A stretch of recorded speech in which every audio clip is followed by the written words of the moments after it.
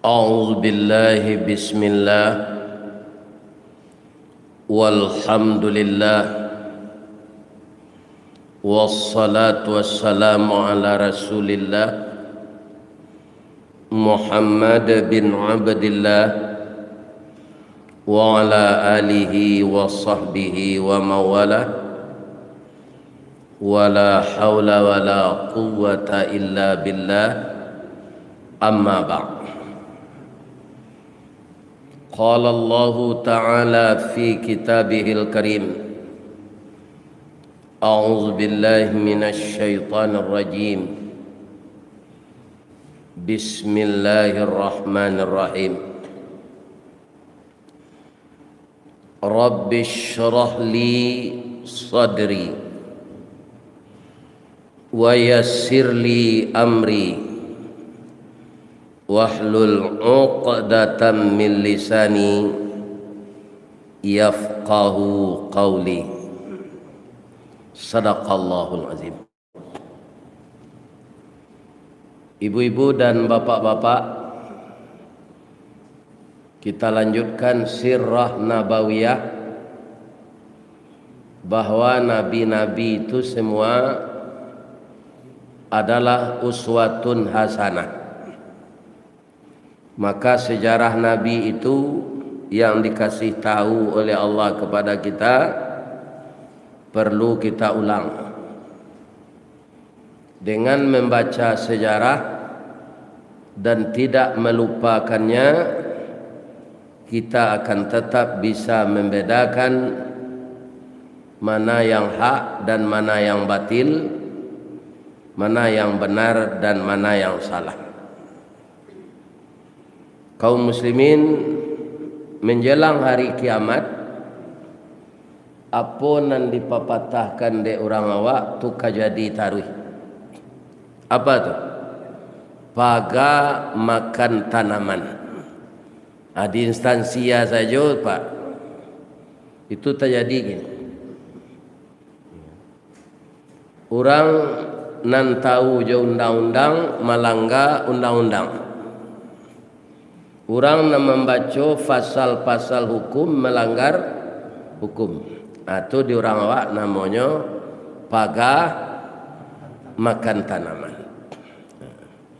Jadi kalau kita baca sejarah Nabi kembali, ibu-ibu dan bapak-bapak yang terhormat, mudah-mudahan kita yang rutinnya, ini bukan ria, yang rutin mendatangi kita terhindar dari itu. Yang jadi masalah Pak, ini sebagai perbandingannya, iblis kan tidak ada perubahan, bahwa iblis itu sudah menjadi ketetapan masuk neraka. Kalau kita makhluk yang bisa memilih, karena ke dalam diri kita ada bisikan Allah, ada bisikan malaikat, dan ada bisikan iblis. Kalau bisikan Allah itu diilhamkan oleh Allah kepada kita hidayah, dan hidayah itu diikuti terus, manusia itu akan sampai kepada takwa. Dan juga dimasukkan oleh Allah, diilhamkan kepada kita semua sifat fujur. Inilah jenjang dari anak tangga 1 sampai anak tangga berapapun, jenjang yang disediakan untuk dinaiki oleh iblis. Nah, itu di dalam diri kita juga namanya sifat fujur. Dan itu lebih dahulu masuk ke dalam diri kita dari sifat takwa. Dengan inilah iblis itu naik satu persatu ke atas menghancurkan kita.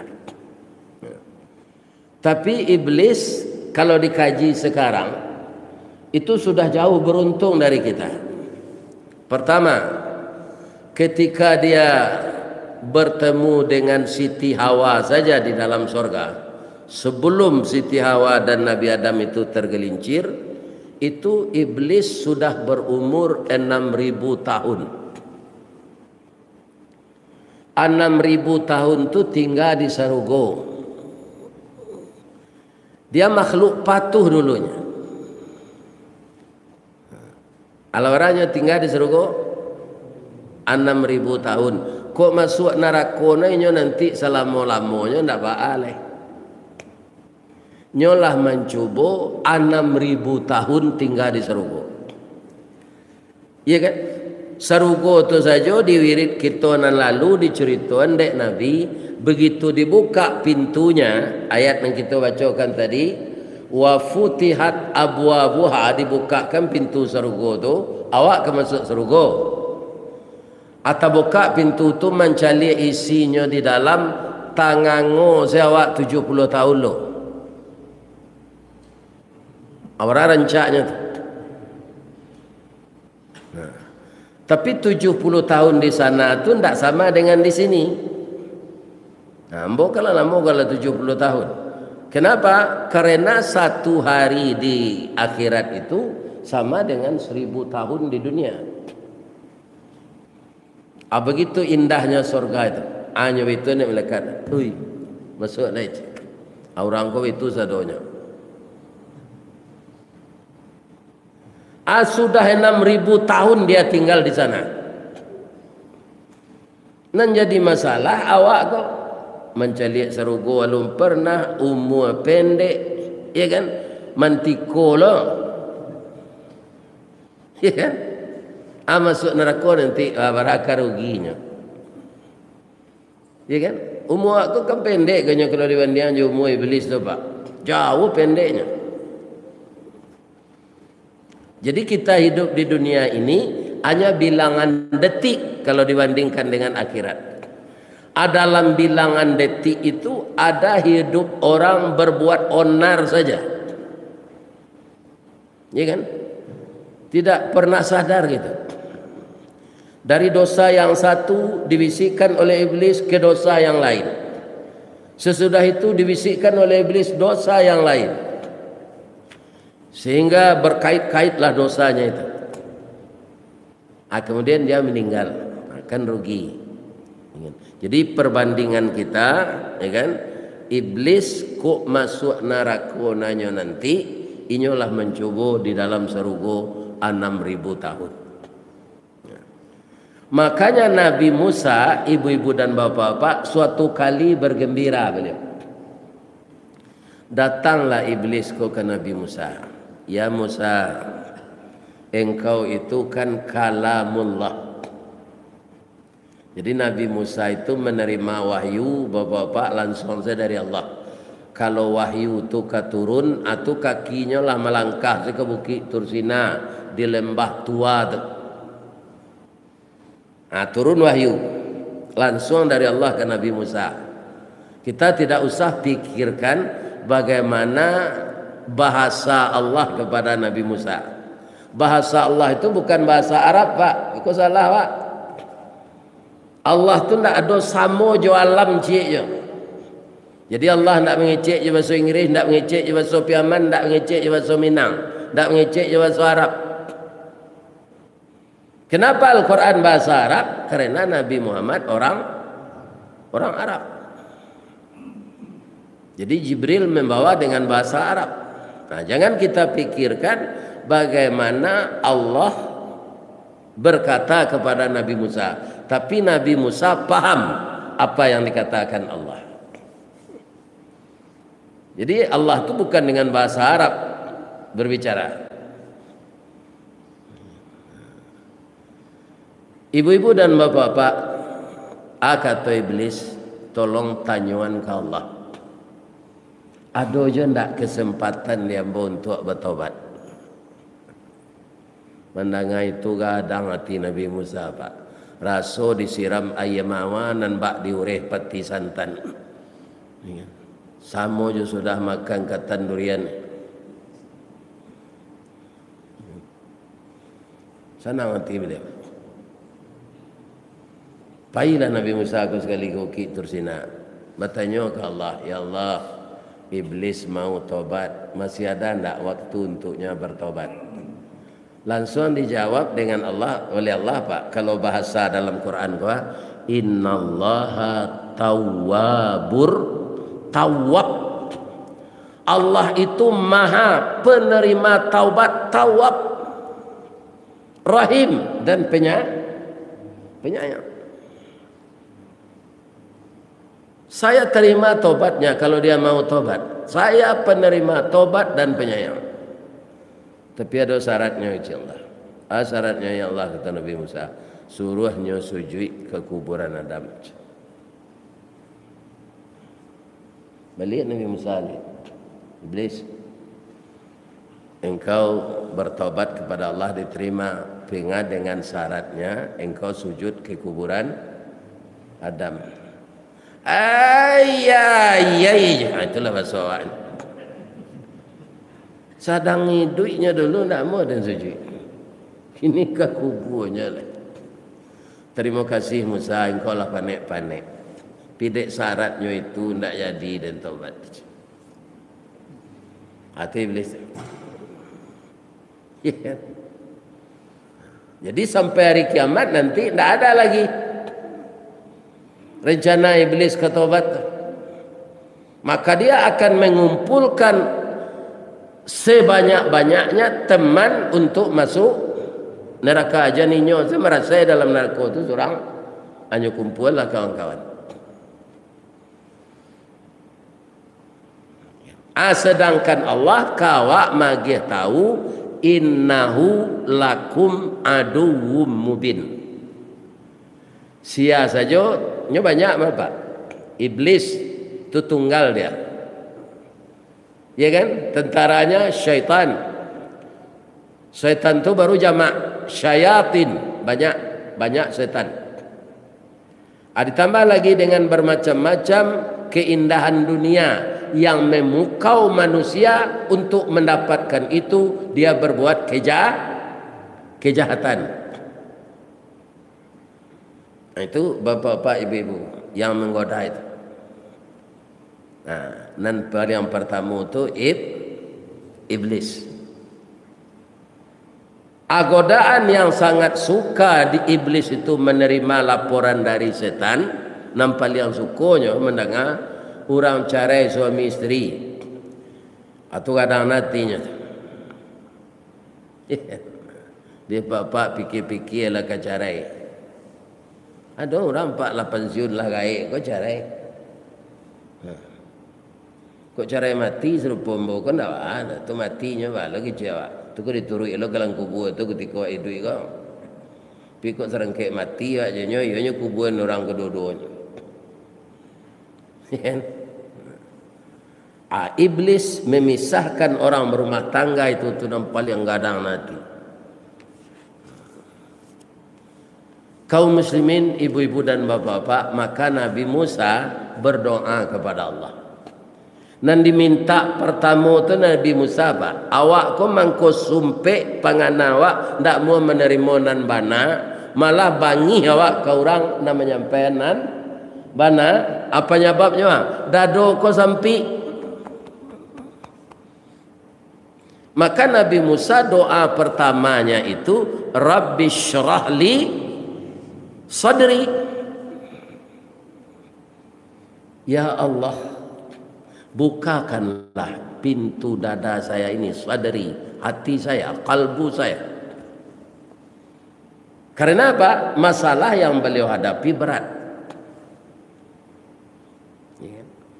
Siapa? Seorang raja semenjak dia naik takhta indah ada 6 bulan dia anak laki-laki di dui ilai. Lalu nado raja nan sekejam tu kini le Pak. Barana kejam raja nan lain-lain ndak ada sekejam Firaun tu. Ya kan? Dan tidak ada berani membantah anak laki-laki lai bunuh. Perintah. Nak ada cik je tu. Oh dia awak kan ada kayak pembela ikut segala macam. Namanya lain advokat, pengacara. Itu nak ada. Itu takut ke Fir'aun saja. Ya kan? Memang dia tidak raja dunia, raja di Mesir. Tidak ada yang berkutik je cik. Itu yang akan dihadapi oleh Nabi Musa. Perintah Allah madu itu tu izhab ila fir'aun innahu tagha. Pailah engkau ke Fir'aun, sesungguhnya Fir'aun itu sudah keterlaluan melampaui batas. Itu engkau minta dari Nabi Musa, lapangkan dado ambo ya Allah. Sudah tu alai. Wa yassirli amri. Ambo ulang je lah Pak. Nah lama-lama doa-doa Nabi kau tak cik je minta materi dah Pak. Apa cali beko doa Nabi Ibrahim, doa Nabi Musa, tak ada. Sebab seluruh Nabi itulah tahu, ya kan? Materi itu diagiakan Allah sesuai jo kehendaknya ke orang, baik secara halal maupun haram orang mendapatkan itu. Jadi kedua doa beliau sudah minta dadonya di lapangan, wa yassirli amri, mudahkan urusanku. Ada orang kini kebanyakan untuk mudahan urusan itu menyogok Pak. Kalau tambah lah dosa je lah. Ar-rasi wal murtasi finnar.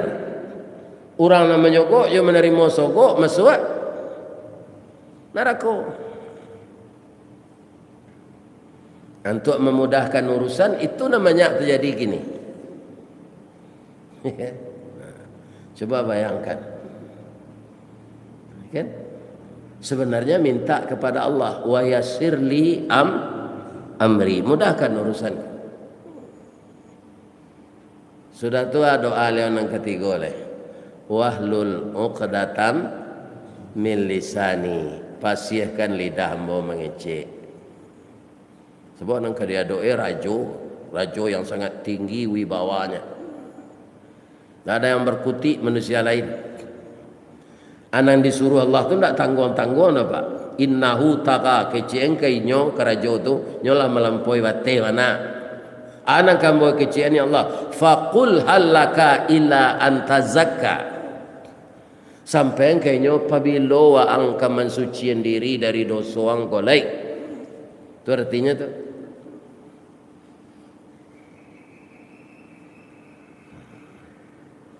Makanya tinggi risikonya tu Pak. Tapi tak bunuhkah Nabi Musa kodek Fir'aun? Tak Pak. Tak balik. Fir'aun tu nanti ayo Nabi Musa tak. Jadi kalau ada sempat orang-orang menyampaikan kebenaran Pak, nyoni ayo dek rajo.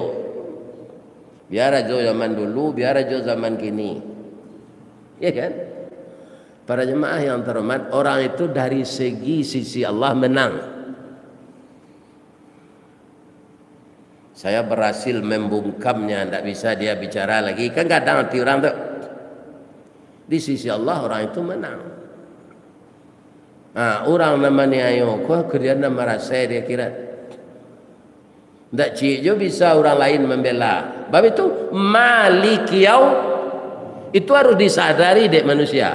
Dia kira tu tak berlaku pembelaan siasa nanti lagi. Malik yaumiddin, Allah menjadi raja. Oh dicari-cari je alasan lah nak kalapeh tak bisa dia kira. Itu. Kita ulang-ulang dalam salat Pak. Tapi banyak je orang yang tak takui. Maliki yaumiddin. Arato saja punya awak tak bisa nanti membela awak lagi. Dia kira tu. Arato yang pernah kita miliki. Kalau kejahatan yang kita tabur di dunia ini, terakhir yafqahu qawli. Di Nabi Musa tu pernah dulu lidahnya karena baru angin, jadi gak teloh mengecek. Maka untuk membantuinya mentalnya kuat, dikambailah Nabi jo adiknya diangkat oleh Allah jadi Nabi Harun. Tapi tetap yang disuruh menghadap Fir'aun tu, walaupun Nabi Harun pai, Nabi Musa lidahnya agak teloh, tetap ini namanya menyampaikan. Mungkin berdakwah secara umum yang disebut Nabi Harun ni. Pina nuntut Fir'aun Yang kedua nambare pak Nabi Musa ngecek je Fir'aun tu, nyo apa angkeknya. Coba yang anda pak tu, orang yang pernah memelihara awak sejak ketek, sanang di istana raja tu. Kini disuruh di Allah berbalik arah awak menantang raja tu. Apa kira-kira? Awak digadang sejak ketek di istana tu di raja. Akini kemurkaan kerajo tu disuruh awak menangkahan. Nyo apa angke awak dulu? Tak gigi lidah nak? Tak gigi. Tapi Nabi Musa dek Rasul nyo kecean. Dia tetap hormat kepada bapa angkatnya itu. Kaum muslimin, bapa angkatnya tu ndak lo berani dah. Kok kama mancuang, kok kama makut Nabi Musa tu ndak berani dah pak. Lai banieknya, iya kan? Tapi tangan tu meretek saya asalah macik senjata untuk membunuh Nabi Musa tu, meretek jatuh senjata tu. Lai banieknya. Itu yang terjadi. Diadu je tukang sihir tu nyo kalahan Allah.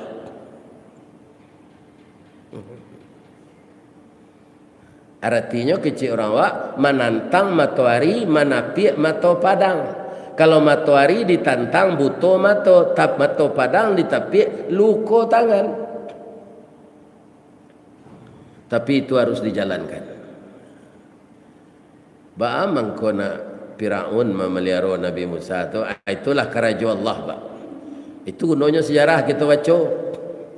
Anak laki-laki nan lain lah beribu-ribu orang nan dibunuh oleh Fir'aun. Nabi Musa nan disuruh menyampaikan kebenaran di Allah nan jadi nabi ko inyo memelihara.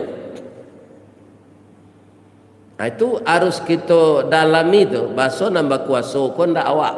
Di mana tinggi pangkat, tinggi kekuasaan, jangan dianggap awak penguasa tunggal akan kekal seenak awak saya berbuat. Jangan. Yang berkuasa itu Allah.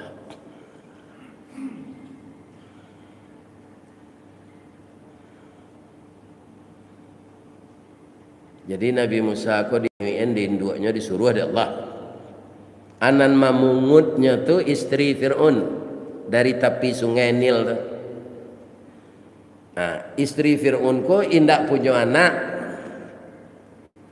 Kini dapat anak di batang air sehat mungil. Didukung nak. Diimbang kau udahnya tu ke Fir'aun tu. Dak.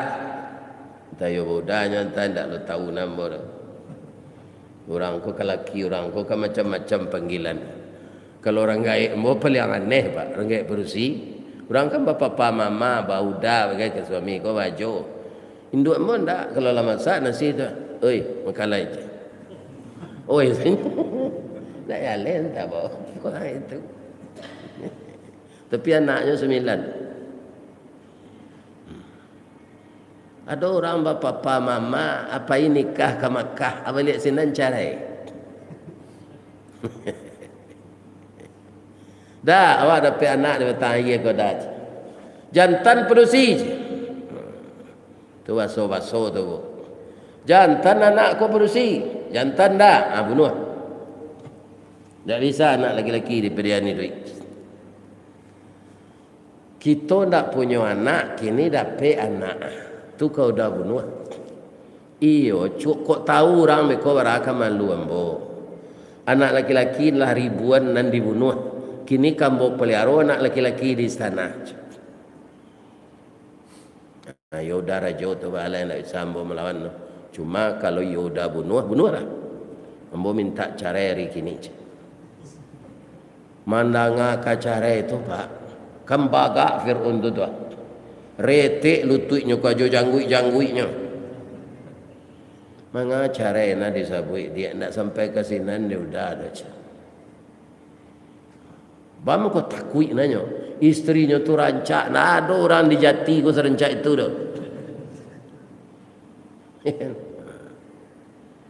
Menengah ke cara itu takui. Hindak bunuh, hindak malah. Dia minta cerai lo. Kita rasio lah kita melihara anak. Anak jadi Pak. Jadi rajo kalau lah takui di bini Pak. Itu kejadian.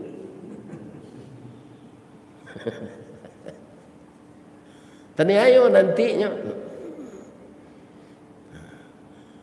Kaum muslimin, untuk induk Nabi Musa kan inyo manyu anak tadi. Kalau dah taatinya tentu ke sampai ke lawi tu. Kira ndak ke istana Firaun bayi-bayi tu. Asian yang kemenyusuan isteri Firaun kau ndak beranak tu. Dibuatlah pengumuman di tepi jalan. Si anak namuh menyusuan anak raja datang ke istana. Apa bondong-bondong lain induk-induk datang ke sana. Nabi Musa ndak mau nyusu je ibu-ibu banyak tu. Hanya sampai dek kakak Nabi Musa ko Maryam namanya. Musa lah di istana raja mah. Nyo ndak mau menyusu je orang no pai lama ke sana. Abarang ke lamanya ke sana. Mencari amaknya datang langsung Nabi Musa gitu. Hanya susul ada amaknya. Apa balasan Allah kepada ibu Nabi Musa ini? Inyo menyusuan anaknya digaji dek raja Pak. Diraji dengan negara yang menyusun anak tu, tinggal di istana pajak nak membayi. Ini keuntungannya. Ini menyusun anaknya sini digaji dek raja. Akan nampak dia waktu bahasa Allah nama kuasa ndak urang. Urang banyak apa asal apa pangkai lah kadang-kadangan. Apa macam saya raja. Akhirnya nyotungke jadi Allah kaki tu. Itu saja. Ya kan? Kaum muslimin para jemaah yang terhormat. Itulah. Jadi sejarah Nabi Musa ko indak ya sudah kita baca pagi ko kono. Kok lo hidup ya mbau kita baca lo nang ketibo ya. Mbau pai le ya. Mudah-mudahan ibu-ibu bapak sehat ya. Nan kita renungkan baso umur awak pendek harus mampa banyak amal. Jangan sampai umur awak pendek ko nanti awak masuk neraka lo. Iblis nak masuk neraka lo, nyolah mencuba masuk. Subhanaka Allahumma Rabbana wa bihamdika Allahumma ighfirli asyhadu an la ilaha illa anta astaghfiruka wa atubu ilaik. Banyak maaf. Assalamualaikum warahmatullahi wabarakatuh.